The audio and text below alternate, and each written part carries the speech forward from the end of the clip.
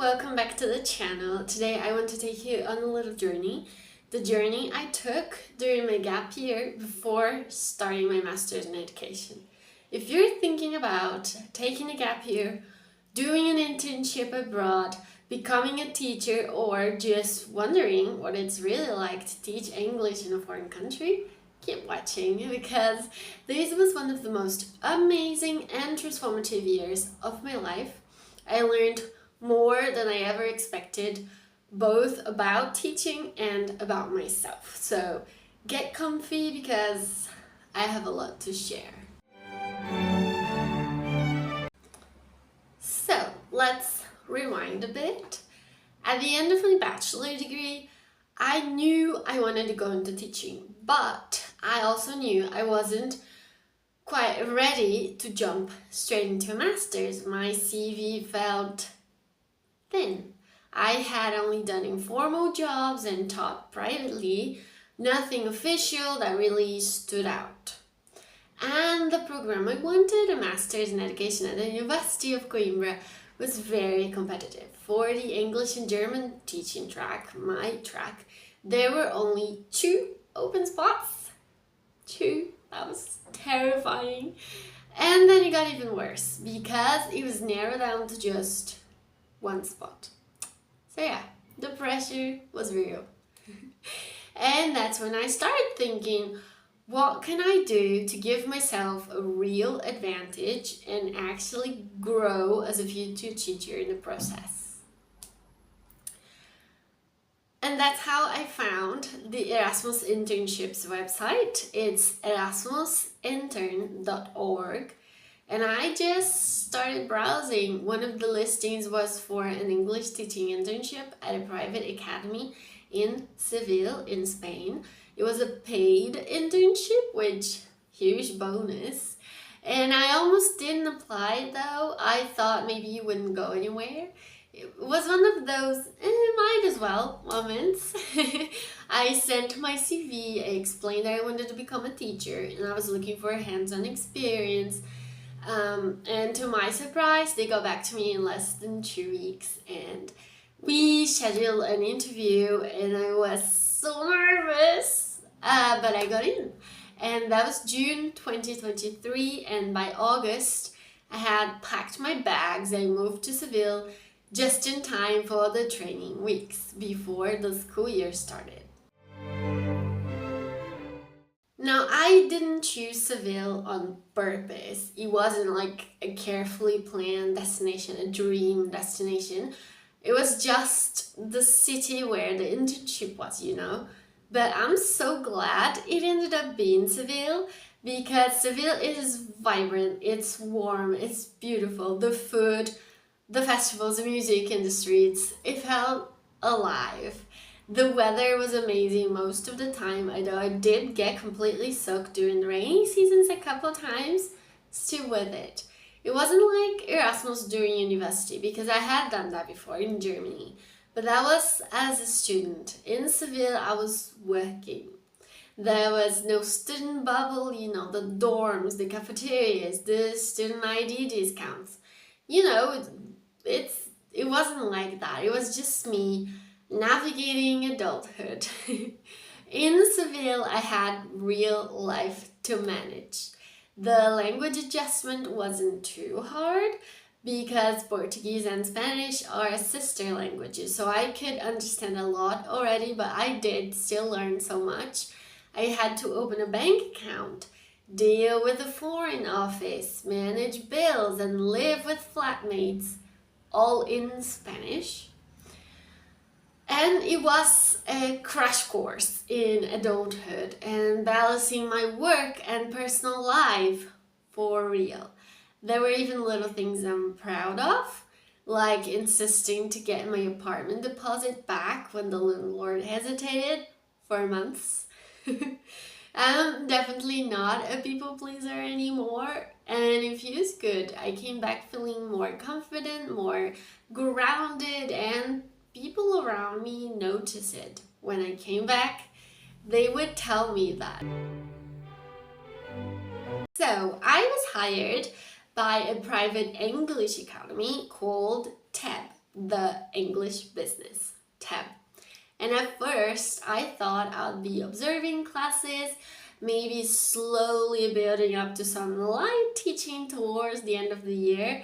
I imagined I'd mostly be a fly on the wall, just keeping my eyes on everything.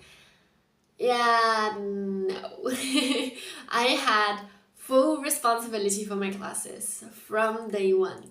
I decorated my room, I planned the lessons, I managed behavior, everything.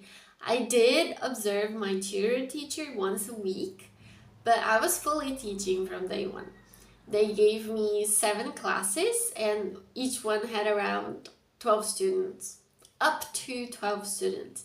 I taught every class twice a week. And get this, the age range was wildly varied. I had 2 classes of 4-year-olds and 2 classes were 5-year-olds. And then the last 3 were teenagers around 16, some younger, some older, preparing for the B2 Cambridge exam, the FCE exam. Oh, and also I and another intern was sent out to teach 2-year-olds at a nearby preschool, so another class. We were using songs and flashcards with pictures and gestures and, we were singing, if you're happy and we clap your hands. And they were so tiny and adorable. They were 2-year-olds. And they were so fast to learn. You think they're just babies, but they absorb language like sponges. They'd be singing along after a few sessions. It blew my mind. I wasn't expecting it at all, actually. And I told the school during my interview that I didn't know what age group I wanted to teach in the future. I hadn't decided if I wanted to teach children or teenagers or adults even. So they gave me a bit of everything. And I really appreciate that. Each class was different. The little kids needed movement, songs, storytelling, pictures, playing, total sensory engagement. And the teenagers, they were focused, they were driven, they were under pressure. They had to take that exam. And I had to manage grammar and reading comprehension, engaging for the exam prep. And surprisingly, I actually really loved that challenge. I liked being in this, let's go, let's work for it, we're getting better. And then that's what made me realize that I love kids. I do. I truly love kids, but teaching them full-time is intense. And I might do one-on-one private lessons for young children. I have done that, but my heart belongs in a teenage classroom. Working in a private academy like TAB gave me a lot of freedom, more than I expected, honestly. They gave me a general yearly plan, what chapters to follow in the course book, what topics to teach each month. But how I taught was mostly up to me. So I brought in games, I changed the pacing of the lessons if I felt my students needed more time. I could even take them outside to the patio for activities. I could use any teaching material that I wanted to. That kind of freedom might be rare in public school, so I'm really grateful I got to experience that. And my classroom management got better and better over time. With only 12 students per class, I could actually get to know each one and adjust my strategies to fit them. I know it won't be like that in larger classrooms, but the foundation I built during the year will help me for life. With my classroom at the beginning, I still hadn't figured out what to put up on the walls. We were still starting Unit 1, so we didn't have many posters to use yet from the books, but I was having fun with flashcards, with vocabulary in general. While I was teaching in Seville, I also completed a TEFL certification course online through the TOEFL Academy. It was 168 hours with 3 graded assignments, and I took it very seriously.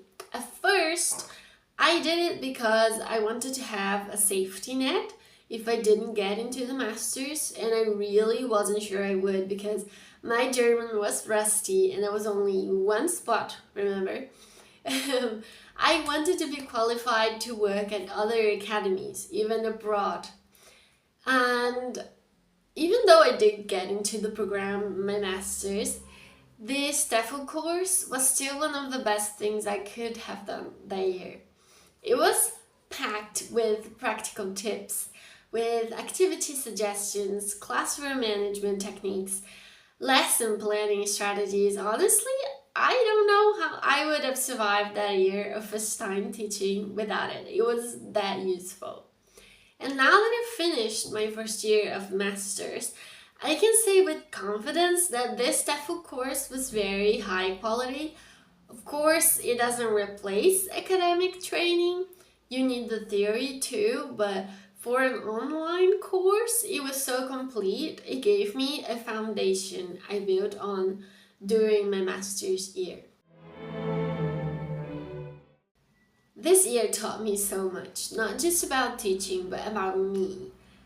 I became more independent. I learned to set boundaries. I dealt with landlords, with paperwork, with cultural differences. I started thinking and speaking like a teacher, not just a student. And honestly, I became more confident in myself. I had to advocate for myself when things didn't go as expected. And I learned not to panic when the lesson flopped. I learned to adjust. It's not just about what you teach, it's about how you react when things go wrong. That's real teacher growth. When I started my master's back in Coimbra, I could immediately tell my experience gave me an edge. I participated more, I had real examples to draw from, and I could reflect on what worked and what didn't because I had lived it. And some of my classmates were learning how to teach from zero, and they were fantastic, but for me, everything felt more real. I was making connections instantly between all of that theory, and you know there was a lot of theory, and if you don't, go watch video 2. But I was making connections between all of that theory and my teaching experience, which I finally had. Even in my master's interview, the professors asked about my time in Seville, and I truly believe that experience helped me get in. If you're thinking about doing something like this, here are my top tips. Visit erasmusintern.org and just browse around. That's where I found my internship. If you're at the University of Coimbra, go to the internship cabinet. There are lots of listings you might not know about. Your university might have an equivalent to that, or maybe your course director will be able to recommend you to university partners. Some internships are unpaid, so always read the fine print. And if you're still on your bachelor's, consider doing a TOEFL course. You'll be qualified to teach in private schools and private language centers, and it will give you confidence as you get teaching experience before the master's. And if you're going abroad, research your visa or your residency process carefully. Read the Foreign Office website for your destination country. Don't leave it to change. Come prepared. So now it's August 2025 and I'm waiting to find out where I'll be doing my student teaching placement for my final year of the Masters. I'll be observing classes, teaching some lessons, and writing a big report based on the experience, plus some research on a topic of interest. More videos are coming soon, so if you're curious about my student teaching, the Master's program, you just want to hear more stories, or you want to know what I've been doing to prepare for the internship next September, Make sure to subscribe, turn on notifications, and leave a comment. I'll read all of them, and I love connecting with you. Thank you so much for spending time with me today. I hope this video gave you something useful to think about, or at least made you smile, and I'll see you in the next one.